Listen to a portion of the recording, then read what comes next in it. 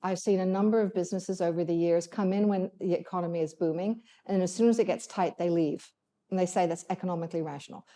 It isn't in an environment like Asia, where relationships are the first capital.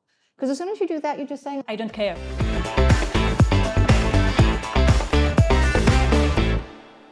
Hello and welcome to another episode of YanaTV. And today our guest is Joanne Flinn, who is the founder and a chairwoman of ESG Institute and an internationally recognized artist.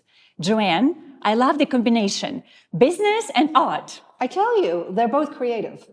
That's a good way of putting it. Can you make money with both? Actually, you know what? Here's the funniest thing. Some of the most appreciating assets in the world are art assets. Aha, so you can. Okay. But today here we to talk about your life journey and especially your journey in Asia. That's what I'm fascinated. Yeah. And I know quite a bit, our audience not yet. So let me ask you a few questions, okay? So it's like the drum rolls. Where were you born? Okay, I was born in Australia. Any particular part? Well, for those people who really know Australia, my family is very long time Tasmanian, but my parents were in Armidale, which is in New South Wales, because he was finishing his PhD. I have been to Tasmania. It is so gorgeous. It's a really wonderful place to be born. So how a girl from Tasmania ended up being in Asia? What happened was Dad finished his PhD, and he did what any smart young PhD student does when you have a wife and two daughters, otherwise known as me and my sister. And he went where the work was, and the first... Money. That's what I mean, right? Where do you make the money? So we moved to Canada. We landed coming out of Australia in the midst of high summer, just after Christmas, New Year. It was just New Year, and we landed in Canada minus 40 degrees, like 2.5 days later. I mean, completely crazy. And you were like this big? I was a big girl. I was 2.5. Right. When you have a sister who's 13 months younger than you. You are the big sister. Yeah, it counts. So we're in Canada and North America for 5 years. And then my parents had the opportunity to go to Nigeria. So they followed their passion. We moved to Nigeria right after the Biafran War. And my parents had deliberately not read up on a lot of it because it was a big thing in the news. So it was all around. But they just said, here's an opportunity to make a huge impact. So we went to Nigeria when I was 7, and then we moved to the Philippines when I was 12. And so that's actually how I landed up in Asia. My final year of high school was during the year that Benigno Aquino was shot. We lost so many days because of the natural civil unrest. And then my first year of university, when I'd actually returned to Australia, because my parents thought it would be really good if I'd learned how to be an Australian. You can be the judge based on my accent. And then the Philippines changed yet again, mid-80s. Yes, middle 80s. Yeah. So you arrived in Philippines, and you, as a child, as a teenager, 12 years old. How was your experience living in Philippines? Oh my God, it was brilliant. What was brilliant? Oh, well, we lived outside of Manila, so I used to have to get up at 5 a.m. to catch the school bus into school, and that would take us 60 to 90 minutes. Now, that wasn't the great bit, but how we dealt with that, we had great big pillows and we slept on the bus, necessary at that hour. But we had a fabulous community of people where we lived. And so the bus trips, particularly coming back home at the end of the day, were just a lot of fun. The school teachers were amazing. I still have friends from those days. In fact, one of them visited me just 3 weeks ago, came through Singapore with his family. And so like they were family. I love that. So I considered as a child, as a teenager, and also university student, right? That was like a very heartwarming experience, which Philippines are like that, people in Philippines are really, really kind-hearted. Yeah. So wonderful people. Okay, so you grew up, Yeah. Then I guess you briefly went to Australia because your parents wanted to remember what it means to be Australian. Oh my God. Now, talk about culture shock. I mean, I'd grown up technically Australian because my passport's Australian. My parents are Australian, and my dad had quite a good Australian accent. My mum had an Australian accent that sounds very British. So, I had quite a, relatively neutral, but I'd lived internationally, so I didn't sound Australian. And then I went back to Australia, and they used to laugh at my accent. I was the only person who couldn't make jokes in class because I was the only foreign voice. It was, and of course I had no idea how things work because it just was so different to the Philippines. So I was a complete stranger in my homeland. It happens to every person, I think, who lives in. Definitely. Exactly. It happened to me, happened to my family, many people I know. Yeah. It's exactly what you said. Yeah. You come back and you become no longer local, even Yeah. though you have the passport of this country, Yeah. which is quite bizarre. Well, it's funny. At the time, I can't say I was excited to go back. My secret heart of hearts, I wanted to go to Harvard or Cambridge or Oxford. Big dreams. Big dreams, but that's okay. We achieved at least one of them. So I went back and I did a 5-year degree in Tasmania. I did business and law. And I ended up running the biggest business actually in Tasmania. We were, back in those days, we were a $10 million business. And I ended up responsible for this. So I was technically chairwoman of It's this. a big responsibility. It was also huge. you could say at a tender age. At a tender age, I was 23. Yes. And it was, I say I learned more about business and its practicalities in the year that I was responsible for it than I probably had in the entire degree.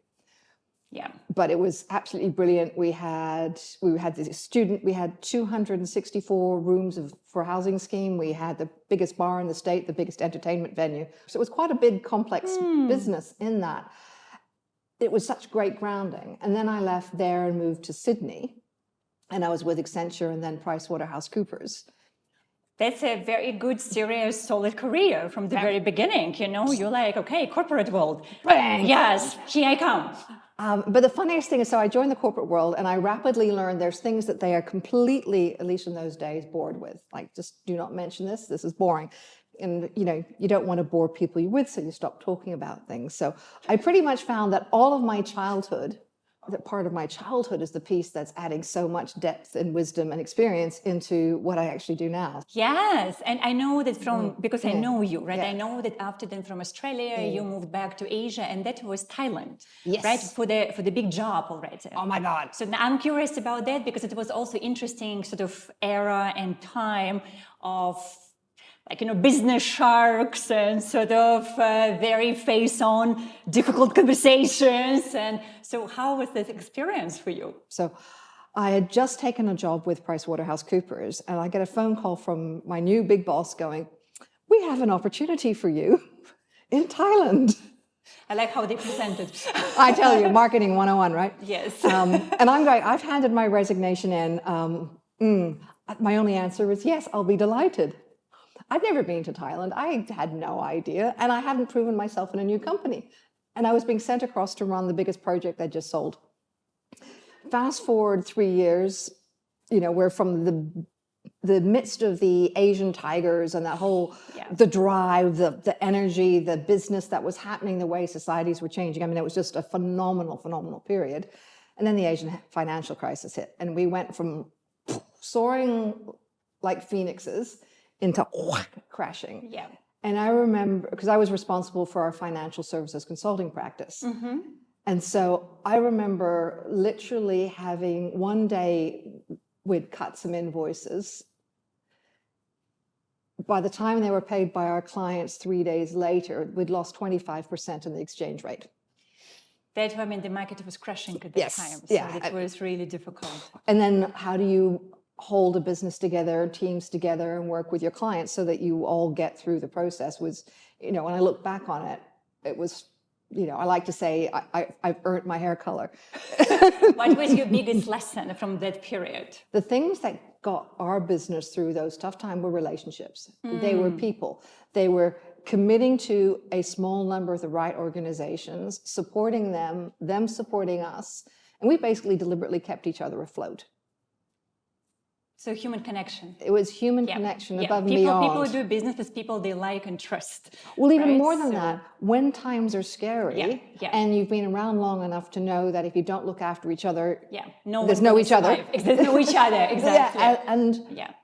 I worked we had some arrangements with some incredibly big brands that are major household names. And they were literally going, "We're not allowed to write contracts, but we need you." They go, "Okay, well, I'll tell you what, you don't have to write a contract, but every time I put in an invoice, you need to pay within a day." Yeah.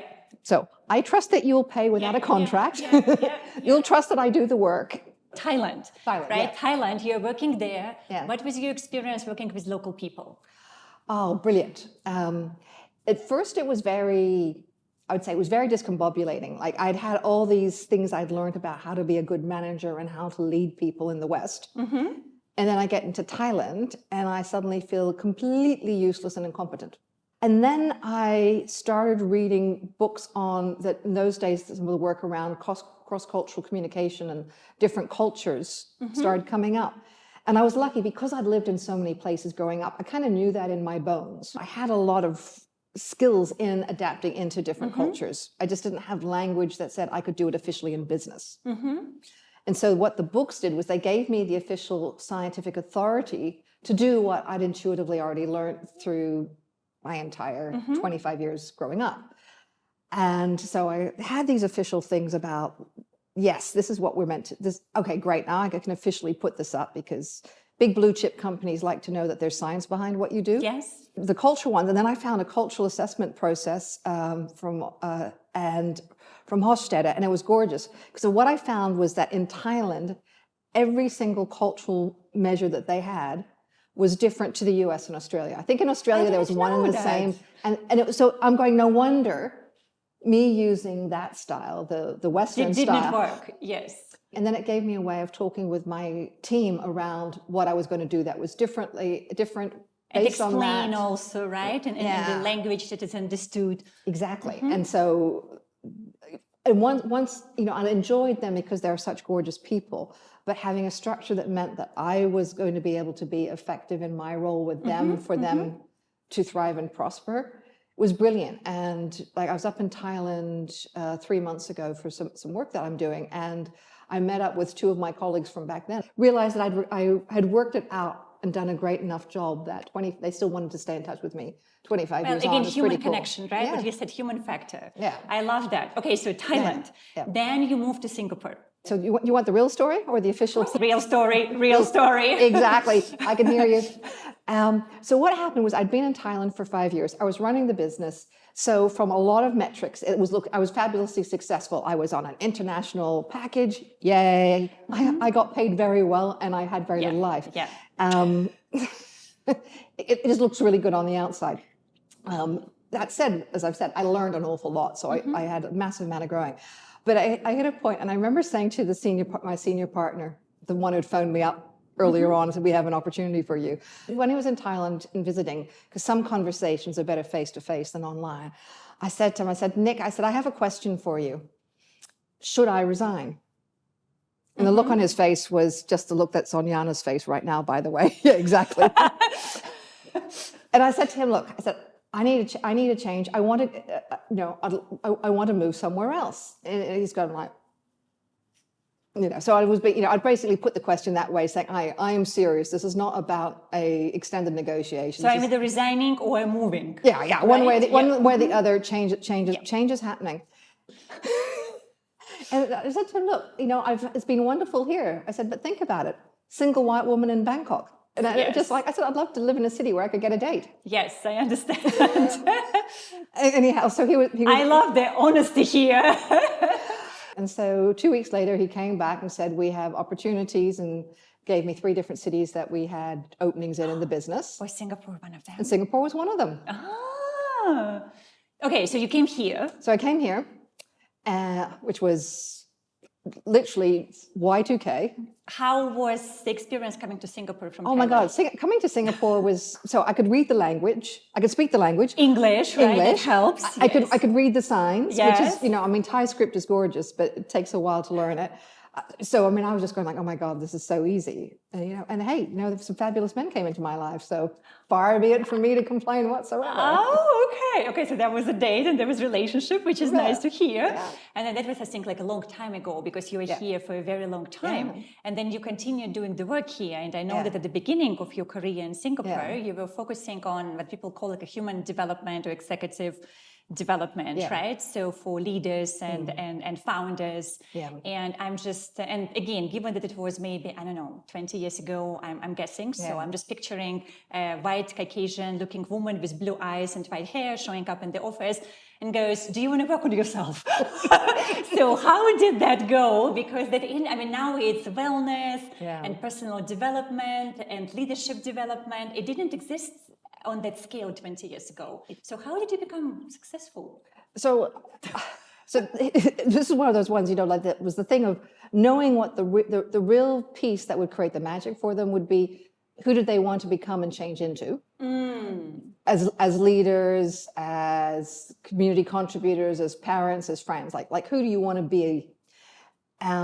But the piece that businesses would buy was, how does the business need to change? What is the business transformation? And what will the economics and the financial returns be? So you can even hear on the way my voice shifts, there's one voice that's the business voice, and then there's the human voice. The human voice, exactly. But different place, then it was the business voice was the dominant one, and now there's so much more appreciation that when you have both voices in the room operating together, it's super powerful and it's much more fun. Did you have people telling you you're not going to succeed and it's totally delusional to do something like this in Asia? Look, or it was not that harsh? No, people were, I didn't get too many people saying it to my face. It's really funny. Enough of my colleagues, said to me after, they said, look, I've seen what you pulled off before. You've done stuff that no one's ever been able to do. So if anyone was going to be able to pull it off, it would be you. Which is a wonderful vote of confidence. Yes, exactly. That was a great friend. Okay, and you were doing that. Yeah. So you were doing that now for all these years. Yeah. I know you're very successful at what you do, and there's now ESG Institute. So you're moving again like a next height, sustainability, and you're helping leaders. And all those years, let's say now Singapore, because that's what we are talking about. So what was your biggest learning from working and being here and building a relationship and love life and everything? Another gorgeous, gorgeous things is if I take the time in Singapore, we've talked about relationships and community, so we'll take that as part of the platform. But the next piece that I found has been super powerful here is actually how forgiving Asia is. In in 20 years, there's been ups and downs. It's been some pretty classically bad downs. But the support when things weren't perfect, in fact, it's just been absolutely phenomenal. On a human level. Yeah. Right? When people would reach out and check and forgive mistakes and edgy moments perhaps and just move on with the relationship. Yeah, and see it as a relationship, not a one moment event. Yeah. Not as a transaction, but as relationship, which has that implication of time and therefore also variation that happens.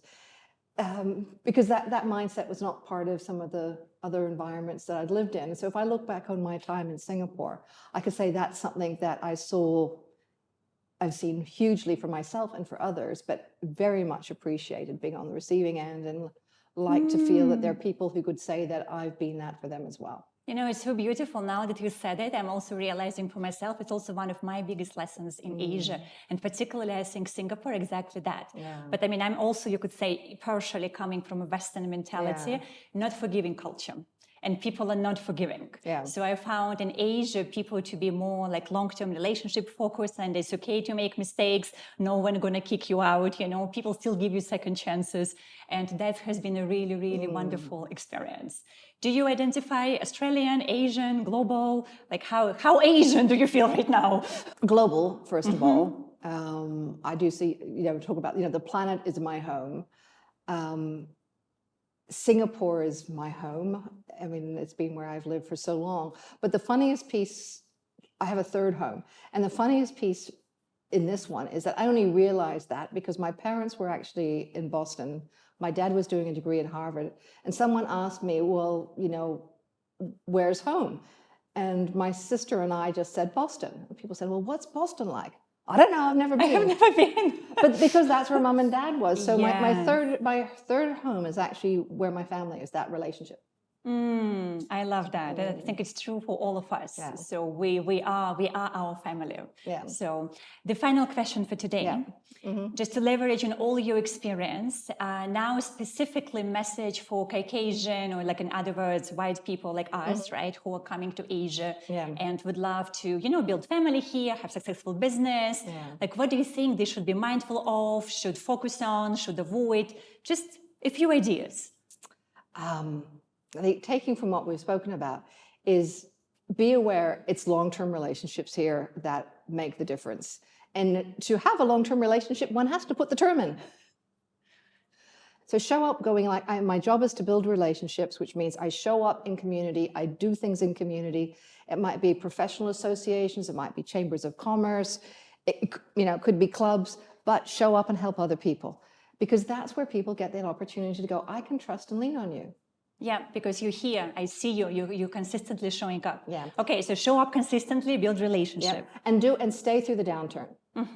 I've seen a number of businesses over the years come in when the economy is booming, and as soon as it gets tight, they leave. And they say that's economically rational. It isn't in an environment like Asia where relationships are the first capital. Because as soon as you do that, you're just saying, I don't care. Yeah, That's so much what you're saying. Yeah, precisely. When you stay, and this is also where that support piece shows up, the thick and thin, it's like, yes, you're here through the thick and thin. I can trust you when things get tricky that we can work it out because you stay and you do not run. And so my invitation would be, come, it's amazing, commit to staying, show up and serve, and promise yourself you're going to stay through at least one hard time, because that's the joy is on the other side of that. Beautiful. And that was Joanne Flinn with us today on YanaTV. And we spoke about her journey in Asia as a Caucasian woman, a woman from Australia, who also a global citizen and lived all over the world. And we would love to hear from you guys. Are there any other people in our community who maybe have similar life journey? Maybe you were born in one country, you moved to a different country, maybe several. Let us know in the comments. Joanne and I would love to hear from you, would love to connect with you. As we're saying, it's all about community and relationships and human spirit. So thank you for watching us today. And I would like to thank Muse Studio, who is hosting YanaTV, and our venue and photography partner. Thank you very much for hosting us. And remember to subscribe to the YouTube channel and share episodes with friends. It's all about conversations. See you next time.